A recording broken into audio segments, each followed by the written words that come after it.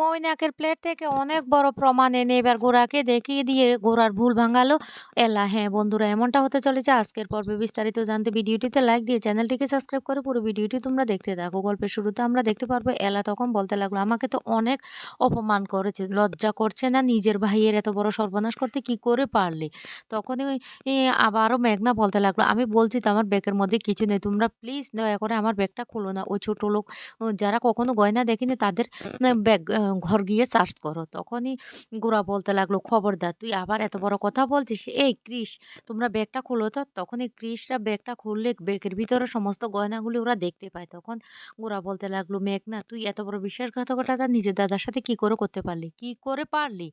তখনই এলা বলতে লাগলো, আমি বলেছিলাম না স্যার? তবে মেঘনা দিদি না এই কাজটা নিজের ইচ্ছে করেনি। ওকে নিশ্চয় কেউ শিখিয়ে দিয়েছে এই কাজটা করার জন্য। কারণ ও এ বাড়ির মেয়ে। ও এ বাড়ির অপমান হোক সেটা ও কোনোদিন চাইবে না। কারো কথায় ও এই কাজটা করেছে। তখন গোরা বলতে লাগলো, এ মেঘনা, মেঘনা বল না।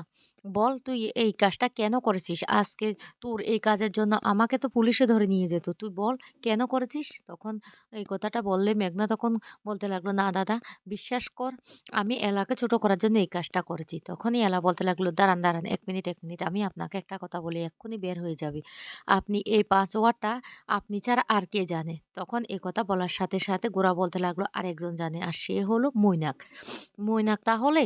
তখনই মেঘনা তাড়াতাড়ি করে বলতে লাগলো, না, না, না দাদাভাই, তুই ওর কোনো দোষ নেই। ও এ বিষয়ে কিছুই জানতো না। আমি যা করেছি এলাকে ছোট করার জন্য। ও এলা সবসময় আমাকে অপমান করে। ওই দীপের সাথে জোর করে এলা আমাকে বিয়ে দিয়েছে। আর আমি না একদম সুখী না। এখন তোর জীবনটাও হেল করে দিচ্ছে ওই এলা। সেইজন্য আমি প্রতিশোধ নেওয়ার জন্য এই কাজটা করেছি। তখন এলার বোন এসে বলতে লাগলো, দাঁড়াও, দাঁড়াও, ১ মিনিট, ১ মিনিট। আজকে তোমার দাদা যদি এই দায়িত্বটা না নিত তাহলে এমন একটা মিথ্যা চুরির অপরাধে আমার বোনকে ফাঁসিয়ে দিতে। তোমরা এতটা অ কি করে নিচে নামতে পারলে? তখনই মেঘনার বাবা বলতে লাগলো, ও জঘন্য অপরাধ করেছে। ও এই বাড়ির মেয়ে হতে পারে কিন্তু ও অপরাধটা যে এত বড় করেছে ওকে তো শাস্তি পেতেই হবে। এলা তখন বলতে লাগলো, আমাদের আর ১ মুহূর্ত সময় নষ্ট করা যাবে না। এদিকে মেঘনার স্বামী হাত জোড় করে বলতে লাগলো, বাবা, আমি মেঘনার হয়ে ক্ষমা চাইছি হাত জোড় করে। মেঘনা যে কাজটা করেছে অন্যায় করেছে। তবে মেঘনাকে দয়া করে আপনারা আরেকটা সুযোগ দিন।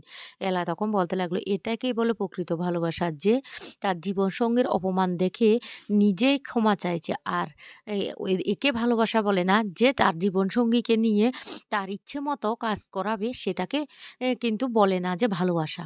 এই কথাটা বললে তখনই মেঘনার মনে প্রশ্ন আসে। মেঘনা তখন বলতে লাগলো, আজকে মৈনাককে বাঁচানোর জন্য আমি এত বড় মিথ্যে কথাটা আমার দাদাভাইয়ের সাথে বলতে পারলাম। আর মৈনাক আমার হয়ে একটা কথাও বলল না। কিন্তু দেখো না, দীপ আজকে আমার জন্য ক্ষমা চাইছে। এদিকে কিছুতেই মেনে নিতে পারছে না মৈনাক এই কাণ্ডটা। মৈনাক তখন বলতে লাগলো, আর বেশি দিন নেই, ৬ মাসের মধ্যে তো এ বাড়ি থেকে বের হয়ে যাবে। তখন এলা বলতে লাগলো, আমি তো ৬ মাসের মধ্যে বের হয়ে যাব। আপনি ৬ দিন এ বাড়িতে আর আসতে পারেন কিনা সেটা দেখে নিন। অন্যদিকে দেখা যায় অসি লুকিয়ে যখন রান্নাঘরে গিয়ে খাবার খেতে যায় তখন ঠাম্মি এসে বলতে লাগলো, তুমি রান্নাঘরে কি করছো? আজকে শিবরাত্রির দিন মেয়েরা সবাই পুজো করে। তুমি কি এইটুকুও জানো না? আর তখনই পিসিমণি এসে বলতে লাগলো, এই ঐশী, তুমি রান্নাঘরে খাবার খাচ্ছ লুকিয়ে? তখন ঐশীর শাশুড়ি এসে বলতে লাগলো, এটা তো ঠিক না। তারপরে কৃষকে খেতে দে তার মা। আর বলতে লাগলো, বাবা খাবারটা খেয়ে নে। কিন্তু ঐশী খাবারটার দিকে এমনভাবে তাকিয়ে থাকে সেটা দেখে তখন ঐশীর শাশুড়ি বলতে লাগলো, এই ঐশী, বাড়ির ছেলেরা খাবারটাকেও খাবে। মেয়েরা আজকে উপোস করবে। ঐশী তখন বলতে লাগলো, মেয়েরা এসব দায়িত্ব পালন করবে? ছেলেরা কিছু করবে না? কিচ্ছু ছেলেরা করবে না। অন্যদিকে দেখা যায় এলা ঠাকুর ঘরে খুব সুন্দর করে সন্ধ্যা আরতি করতে থাকে ধূপতি নিয়ে আর ধুনো দিতে থাকে। তখনই গোরা এসে দেখে বলতে লাগলো, ঠিক এইভাবে আমার মা পুজো করতো। আজকে আজকে আমার মায়ের কাজটা এলা করছে। আর তখনই গোরার মা এসে বলতে লাগলো, গোরা, তোর সাথে আমার একটা কথা আছে। আজকে শিবরাত্রির দিন। আমাদের বাড়ির একটা নিয়ম আছে। ১ম বর্ষ স্বামী-স্ত্রী একসাথে শিবের মাথায় জল ঢালতে হয়। তারপর স্বামী জল খাইয়ে স্ত্রীর উপোসটা ভাঙতে হয়। তখনই গোরা রেগে যায় আর বলতে লাগলো, না, আমি এসে একদম বিশ্বাস করি না। তখন সেই মুহূর্তে মৈনাকের মা এসে হাজির হয় আর বলতে লাগলো, হ্যাঁ, হ্যাঁ, এলা তো এমন ভক্তিভরে পুজো করে না, সেইজন্য ওর ভালো একটা বর পেয়েছে।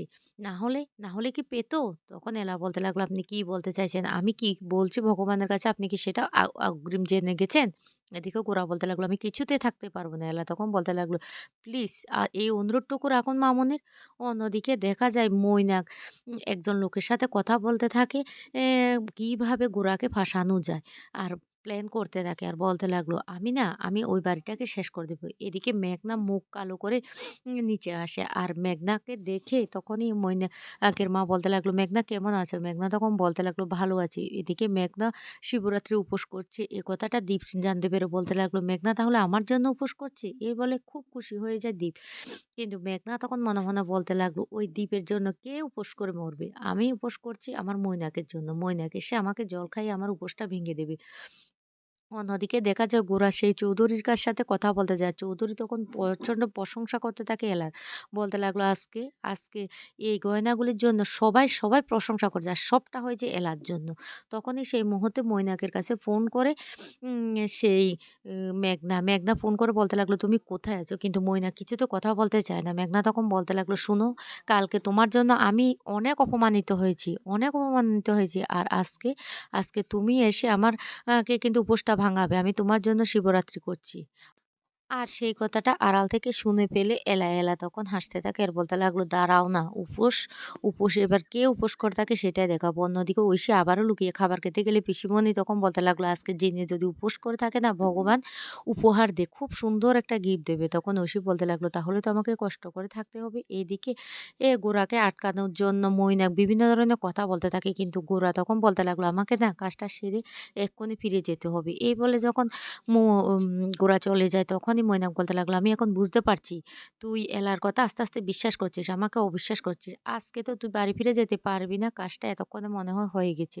অন্যদিকে এলা সুযোগ বুঝে মৈনাকের মায়ের ব্যাগ থেকে সেই চাবিটা হাতিয়ে নেয়। আর তার বোনকে বলতে লাগলো, "তুই কি স্কুটিটা এনেছিস?" তখন বোন বলতে লাগলো, "কেন?"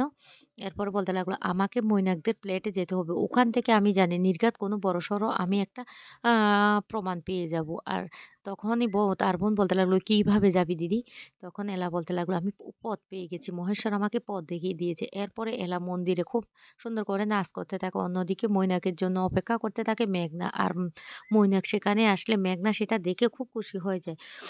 গুঞ্জন তখন বলতে লাগলো, "দাদা, এলা নাকি তোকে বাড়ি থেকে চিরতরে বের করে দিবে। আর এখন দেখছি এলা এখানে নাচ করছে।" তখনই একথা শোনার সাথে, সাথে মৈনাক বলতে লাগলো, "আরে নাচ করুক, নাচ করুক। আজকে তো গোরাসেন সেখানে পৌঁছবে না। কিছুক্ষণ পর অ্যাক্সিডেন্টের খবর পাবে। তাই শেষ নাচটা করে নিই।" এদিকে গোরা গাড়ি চালাতে থাকে আর বারবার করে এলার কথাগুলি মনে করতে থাকে। আর তখন বলতে লাগলো, "আমি আপনাকে বিশ্বাস করতে চাই। বিশ্বাস করুন আমি আসছি।" এইদিকে মৈনাকের মা বড্ড চিন্তিত হয়ে পড়ে আর বলতে লাগলো, "আমি এবার কি করব?" আর তখনই গোরা ঠাকুমা এসে বলতে লাগলো, "কি হয়েছে? তোমার এখনো মনটা খারাপ?" তখন মৈনাকের মা বলতে লাগলো, "হ্যাঁ, মনটা তো একটু খারাপ। আমি আমি আপনার বড় ছেলেকে অনেক ভালোবাসতাম। ভেবেছিলাম ও আমাকে বিয়ে করবে। কিন্তু ও তো আমাকে বিয়ে করল না। তারপর গোরার মা চলে যাওয়ার পর ভেবেছি ওই জায়গাটা আমাকে দেবে। কিন্তু তারপরও তো দিল না।" এই বলে দুঃখ করতে থাকে। এরপরে সুযোগ বুঝে মৈনাকে ফোন করে সমস্ত সত্যিটা জানিয়ে দেয় যে চাবিটা সে প্লেটের কোথাও খুঁজে পাচ্ছে না। মৈনাক এই কথাটা শুনে বলতে লাগলো, "সর্বনাশ হয়েছে। এটা একমাত্র এলারই কাজ। না, না, ফোনটা রাখো, আমাকে এক্ষুনি যেতে হবে।" অন্যদিকে এলা ওই প্লেটে গিয়ে খুঁজতে গিয়ে সমস্ত ডাক্তারি রিপোর্ট থেকে শুরু করে সব প্রমাণ পেয়ে যায়। আর বলতে লাগলো, "এই প্রমাণগুলো এবার আমার মিস্টার সেনকে দেখাতে হবে। তারপরে মিস্টার সেন বুঝতে পারবেন যে মৈনাক স্যার কত বড় বিশ্বাসঘাতকতা করেছে।" এদিকে এ সেখানেও এসে হাজির হয়ে যায় মৈনাক এসে প্লেটের দরজাটা খুললে আর সেই মুহূর্তে তখনই সেখান থেকে পালিয়ে যায় এলা এসে সমস্ত প্রমাণ এবার মিস্টার সেনকে দেখিয়ে